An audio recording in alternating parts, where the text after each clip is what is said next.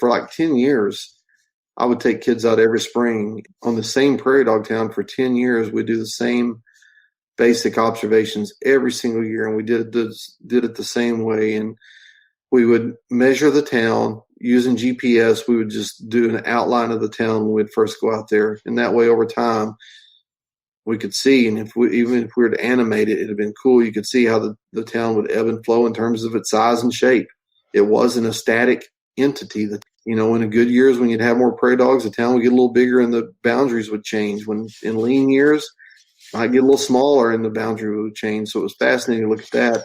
We also did our best guess and would mark with GPS the active versus inactive burrows within that town, and just again to show how dynamic the town is. The town itself is living and breathing, and we do other things like we'd measure the soil infiltration rate. In other words, we had the question: do prairie dogs affect how fast water infiltrates back into the soil when it rains? And so we'd test infiltration rates both in the town and outside the town on like soil types where the prairie dogs hadn't colonized yet, and see if there was a difference.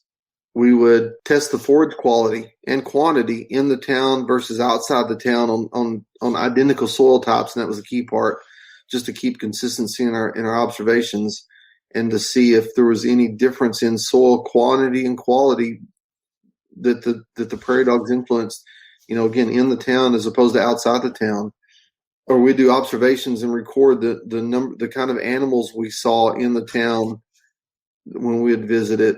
We had a reference point, T-post in the ground, and we would take a reference picture of the prairie dog town every single year when we were out there. So we'd spend about 2 months a year with this one class I taught, going out every single day, weather permitting, and taking these observations on these prairie dog towns and just trying to understand more about them. And one thing we did for several years that was kind of cool is I got a grant.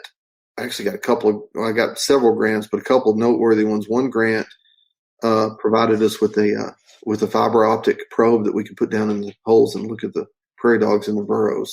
And that was cool, not from a scientific standpoint, but just from a practical standpoint, that you could take people out there and say, let's go look at prairie dogs in the holes. It was kind of neat like that. But the ultimate question we tried to figure out is, because through all the data that we would collect, we started figuring out that inside the prairie dog town, they did indeed affect the plant quantity. So in other words, the pounds of forage per acre was less inside the prairie dog town that we found, as opposed to like soil types outside the prairie dog town.